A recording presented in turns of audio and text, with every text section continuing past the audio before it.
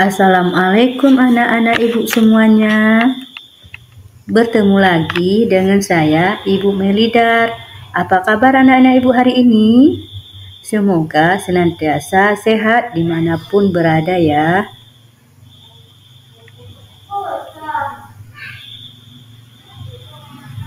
Baiklah anak-anak ibu semuanya, hari ini kita akan belajar mengenal rukun iman. Ada yang tahu tidak apa itu rukun iman? Atau ada yang pernah dengar? Baiklah, kita masuk ke materinya ya anak-anak ibu semua. Mengenal rukun iman.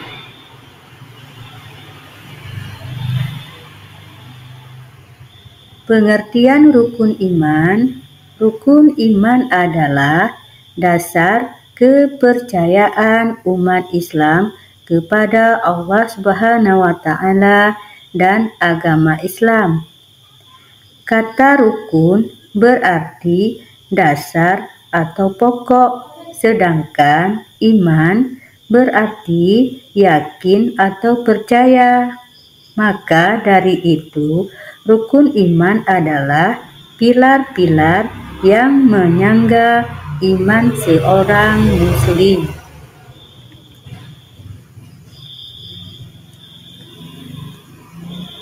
Rukun iman terdiri dari 6 rukun, yaitu 1. Iman kepada Allah Subhanahu wa Ta'ala. Yang dimaksud dengan iman kepada Allah Subhanahu wa Ta'ala, anak-anak, meyakini bahwa Allah pencipta alam semesta dan manusia, serta meyakini bahwa Allah adalah satu-satunya yang berhak disembah. 2. Iman kepada malaikat.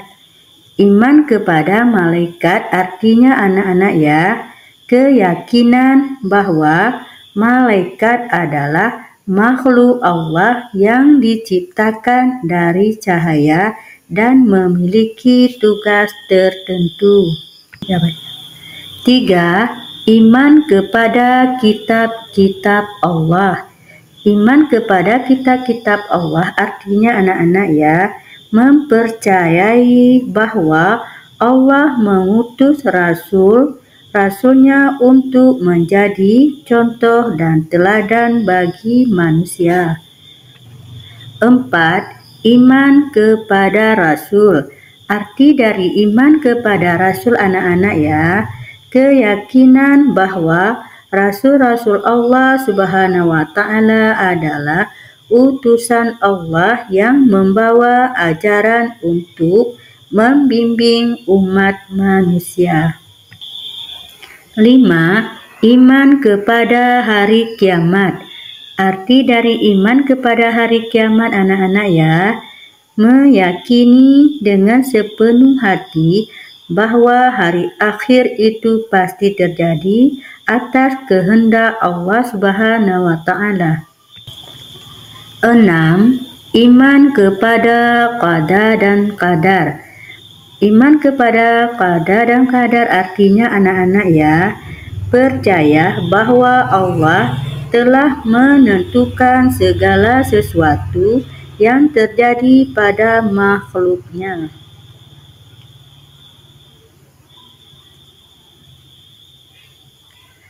Beriman kepada Allah Subhanahu wa Ta'ala.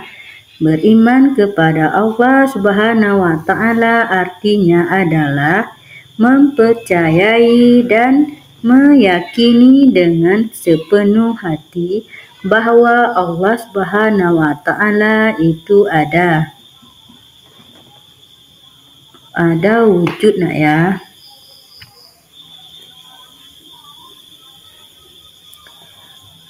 Berikut beberapa hikmah beriman kepada Allah Subhanahu wa Ta'ala, yaitu 1. Hati menjadi tenang.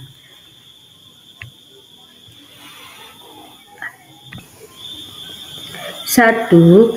Hati menjadi tenang. 2. Mendapat bimbingan dari Allah Subhanahu wa Ta'ala. 3. Mempunyai rasa kasih sayang yang tinggi. 4. Diampuni dosanya dan mendapatkan pahala yang besar.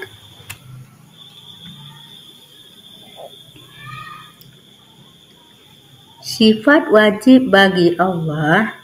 Ada beberapa sifat wajib Allah Subhanahu wa Ta'ala yang kita ketahui, anak-anak. Di antaranya adalah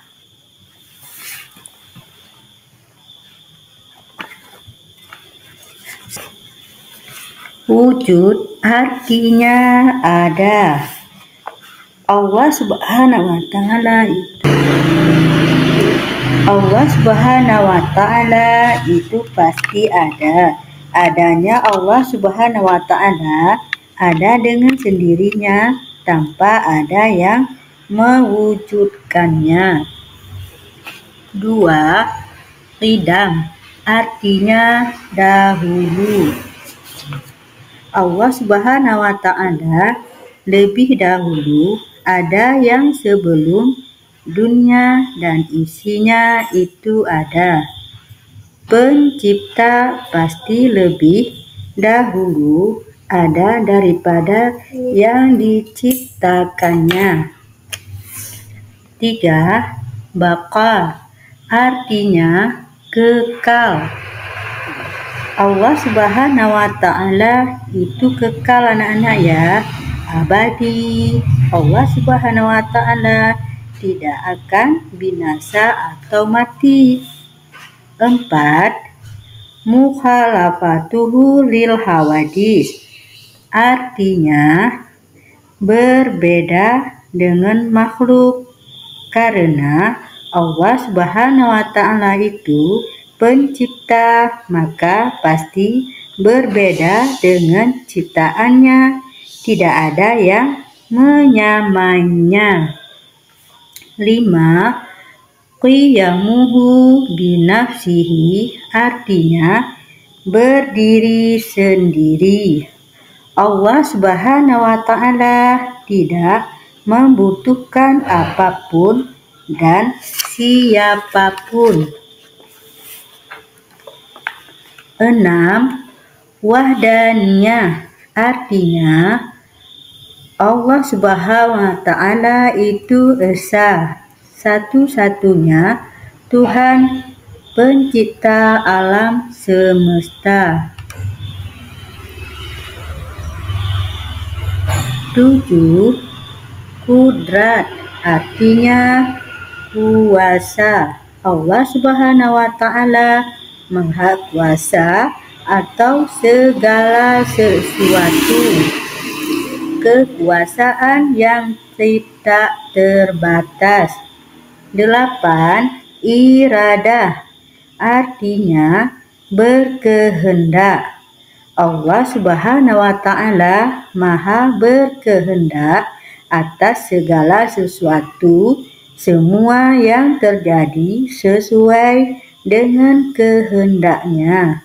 Tidak ada seorang pun yang mampu menahan kehendaknya. 9. Ilmun, artinya mengetahui. Allah Subhanahu wa Ta'ala Maha mengetahui atas segala sesuatu, mengetahui segala yang tampak maupun yang tersembunyi. 10. Hayat, artinya hidup. Allah Subhanahu wa Ta'ala Maha hidup. Allah Subhanahu wa Ta'ala tidak pernah mati. Ia hidup selama-lamanya. 11. Sama, artinya mendengar. Allah Subhanahu wa Ta'ala Maha mendengar atas segala sesuatu, suara sekecil apapun, selirih apapun. Allah Subhanahu wa Ta'ala mampu mendengarnya, bahkan mampu mendengar yang bersifat di hati kita. 12. Basar artinya melihat. Allah Subhanahu wa Ta'ala Maha melihat segala sesuatu. Tidak ada sesuatu yang terlepas dari penglihatan Allah Subhanahu wa Ta'ala. 13. Qalam. Qalam artinya berfirman. Allah Subhanahu wa Ta'ala Maha berfirman. Allah Subhanahu wa Ta'ala berfirman melalui kitab-kitab yang diturunkan kepada Rasul-Nya. 14. Qadiran. Qadiran artinya yang maha kuasa. Dalam keadaan apapun, Allah Subhanahu wa Ta'ala tetap maha kuasa.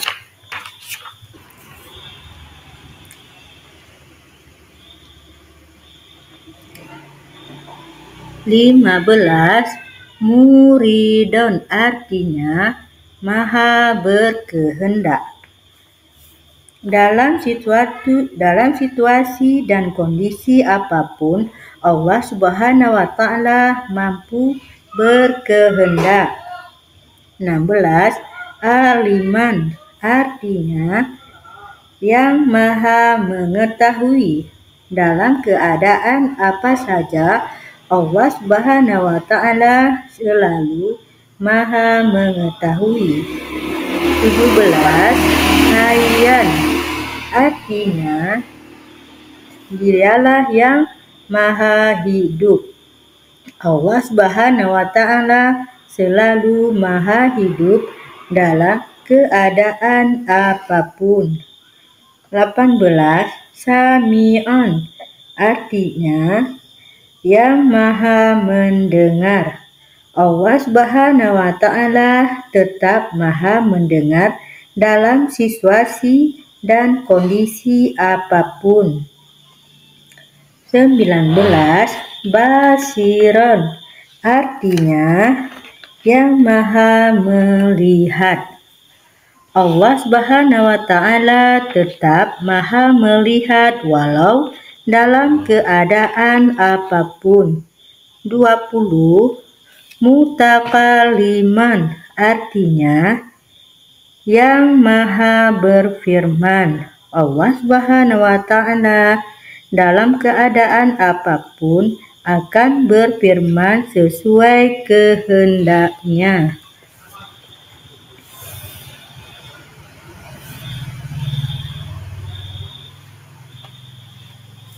Selain sifat wajib, ada juga sifat mustahil Allah Subhanahu wa Ta'ala ya anak-anak ibu.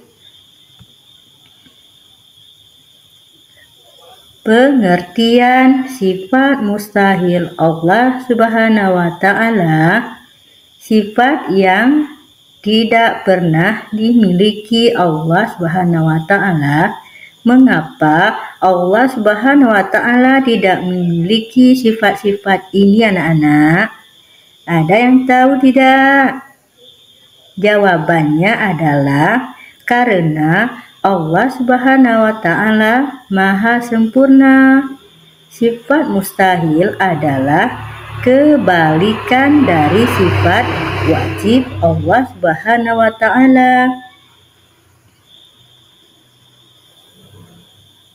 Berikut ini sifat mustahil Allah Subhanahu wa Ta'ala. 1. Adam artinya tidak ada. Tidak mungkin Allah Subhanahu wa Ta'ala itu tidak ada. Sebagai Tuhan, Allah Subhanahu wa Ta'ala pasti ada. Yang kedua, hudus. Kudus artinya baru. Sebagai pencipta, Allah Subhanahu wa Ta'ala tidaklah baru. Yang ketiga, fana artinya rusak. Allah Subhanahu wa Ta'ala tidak pernah rusak maupun binasa. 4. Mumasalatul lil hawadis artinya sama dengan makhluk. Allah Subhanahu wa Ta'ala tidak mungkin sama dengan makhluk ciptaannya. 5. Qiyamuhu bi khairihi artinya berdiri karena yang lain. Sebagai zat yang maha kuasa, tidak mungkin Allah Subhanahu wa Ta'ala butuh dengan makhluknya. 6. Ta'adud artinya berbilang atau lebih dari satu. Allah Subhanahu wa Ta'ala sudah pasti hanya satu, tidak mungkin berbilang. 7. Azun artinya lemah. Tidak mungkin Allah Subhanahu wa Ta'ala itu lemah. 8. Karahah artinya terpaksa. Tidak mungkin Allah Subhanahu wa Ta'ala terpaksa dalam berkehendak. 9. Jahlun artinya bodoh. Tidak mungkin Allah Subhanahu wa Ta'ala itu bodoh. 10. Mautun artinya mati. Allah Subhanahu wa Ta'ala tidak mungkin mati. 11. Summun artinya tuli. Allah Subhanahu wa Ta'ala pasti tidak tuli. 12. Umyum artinya buta. Allah Subhanahu wa Ta'ala pasti tidak buta. 13. Bukmum artinya bisu. Allah Subhanahu wa Ta'ala tidak mungkin bisu. 14. Ajizan artinya yang lemah. Keadaan Allah Subhanahu wa Ta'ala tidak mungkin lemah. 15. Karihan artinya yang terpaksa. Keadaan Allah Subhanahu wa Ta'ala tidak mungkin terpaksa berbuat sesuatu. 16. Jahilan artinya yang bodoh. Zat Allah Subhanahu wa Ta'ala tidak mungkin bodoh. 17. Mayitan artinya yang mati. Zat Allah Subhanahu wa Ta'ala tidak mungkin mati. 18. Asaman. Asaman artinya tuli. Keadaan Allah Subhanahu wa Ta'ala tidak mungkin tuli. 19. Ama artinya yang buta. Keadaan Allah Subhanahu wa Ta'ala pasti tidak buta. Abkam artinya yang bisu. Keadaan Allah Subhanahu wa Ta'ala pasti tidak bisu.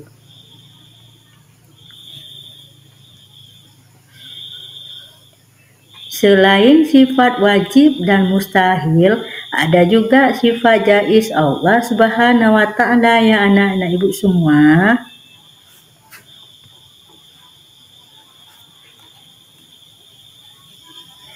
Pengertian sifat jaiz Allah Subhanahu wa Ta'ala. Sifat jaiz Allah artinya sifat yang boleh ada atau tidak ada pada Allah Subhanahu wa Ta'ala. Dengan sifat ini, Allah boleh melakukan segala sesuatu yang mungkin terjadi sesuai dengan kehendaknya. Sifat jaiz Allah hanya satu, yakni fi'lu kulli mu'minin au tarkuhu, yang berarti Allah mungkin mengerjakan sesuatu atau meninggalkannya. Contoh sifat jaiz Rasul. Yang pertama, dapat merasakan haus dan membutuhkan minum. 2. Bisa merasakan lelah dan butuh waktu untuk tidur atau istirahat. 3. Bisa meninggal dunia. 4. Dapat menikah serta membina keluarga.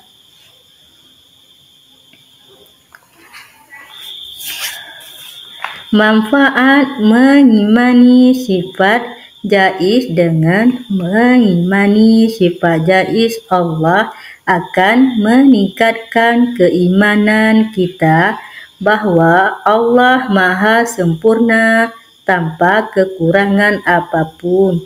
Walaupun Allah memiliki kebebasan untuk buat apa saja, namun Allah tidak akan berbuat sesuatu yang tidak mendatangkan manfaat bagi manusia. Beriman kepada Rasul. Rasulullah artinya utusan Allah. Beriman kepada Rasul adalah mempercayai bahwa Allah Subhanahu wa Ta'ala telah mengutuskan Rasul-Rasulnya untuk membimbing umat manusia. Ada beberapa cara beriman kepada Rasul-Rasul utusan Allah Subhanahu wa Ta'ala, yaitu sebagai berikut. 1. Mempercayai Rasul sebagai utusan Allah Subhanahu wa Ta'ala. 2. Meneladani sifat-sifat para Rasul. 3. Berdoa seperti Rasul. 4. Mempercayai dan meyakini para Rasul. Nabi Muhammad Sallallahu Alaihi Wasallam sebagai Nabi panutan kita semua, ya anak-anak.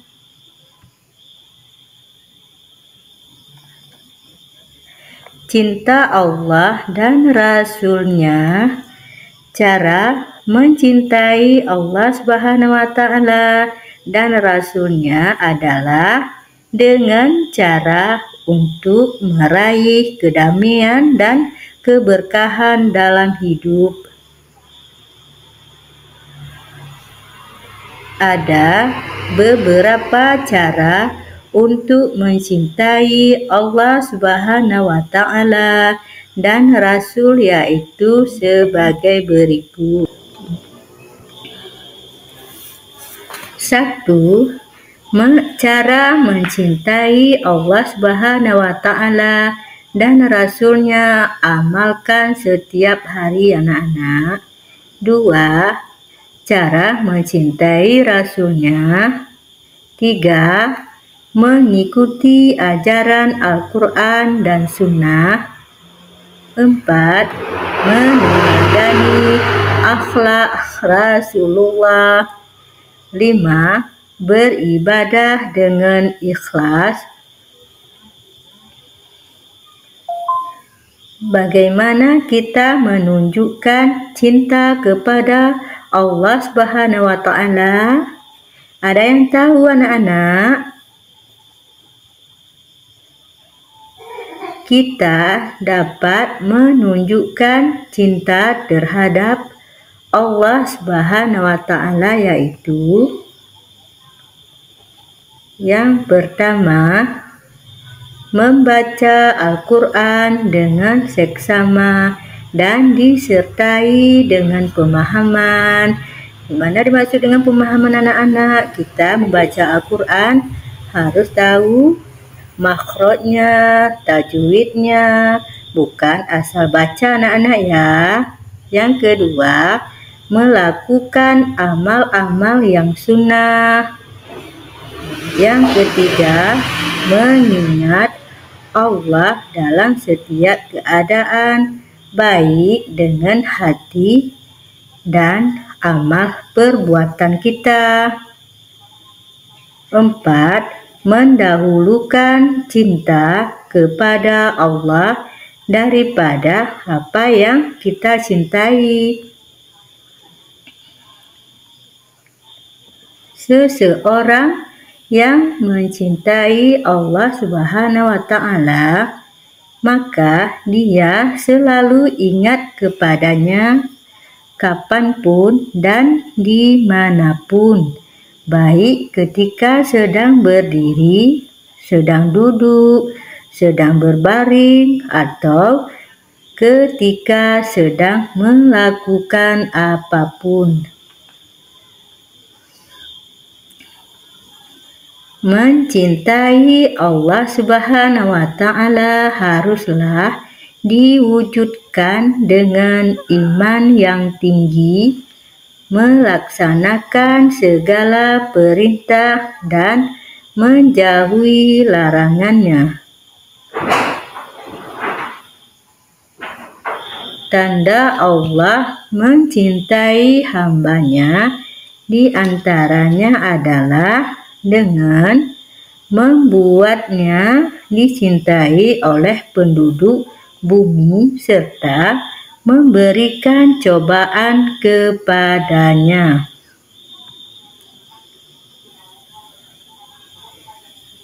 Ciri-ciri Allah Subhanahu wa Ta'ala mencintai hambanya diantaranya adalah 1. Mudah disukai dan dicintai siapa saja. Kayak mana anak-anak? Kita harus buat kayak gitu biar dicintai sesama teman kita di kelas. Kita harus saling membantu dan berbagi sama-sama kawan ya anak-anak.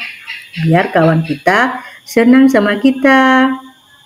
Yang kedua, terpenuhi segala keinginan dan kebutuhan. 3. Diberikan ujian hidup.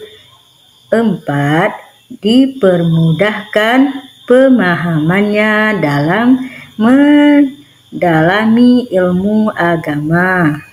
Nah, kalau kita mencintai Allah dan berbuat baik apa yang dilakukan, kita akan membuat Allah. Yang kelima, dipermudah melakukan kebaikan hingga wafat dalam keadaan baik.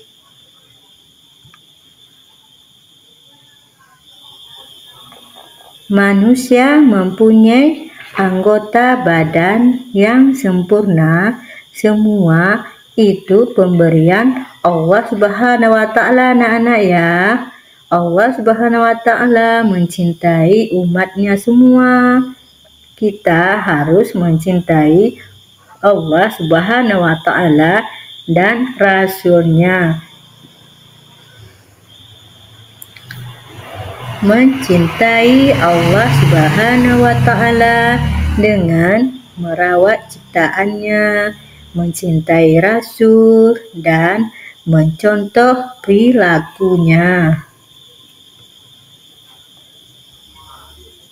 1. Ibu Nabi Muhammad Sallallahu Alaihi Wasallam bernama Aminah. 2. Ayahnya bernama Abdullah. 3. Beliau lahir di kota Mekkah. Lahir pada hari Senin 12 Rabiul Awal tahun Gajah. Nah, anak ya. Beliau lahir ketika Ka'bah diserang pasukan bergajah.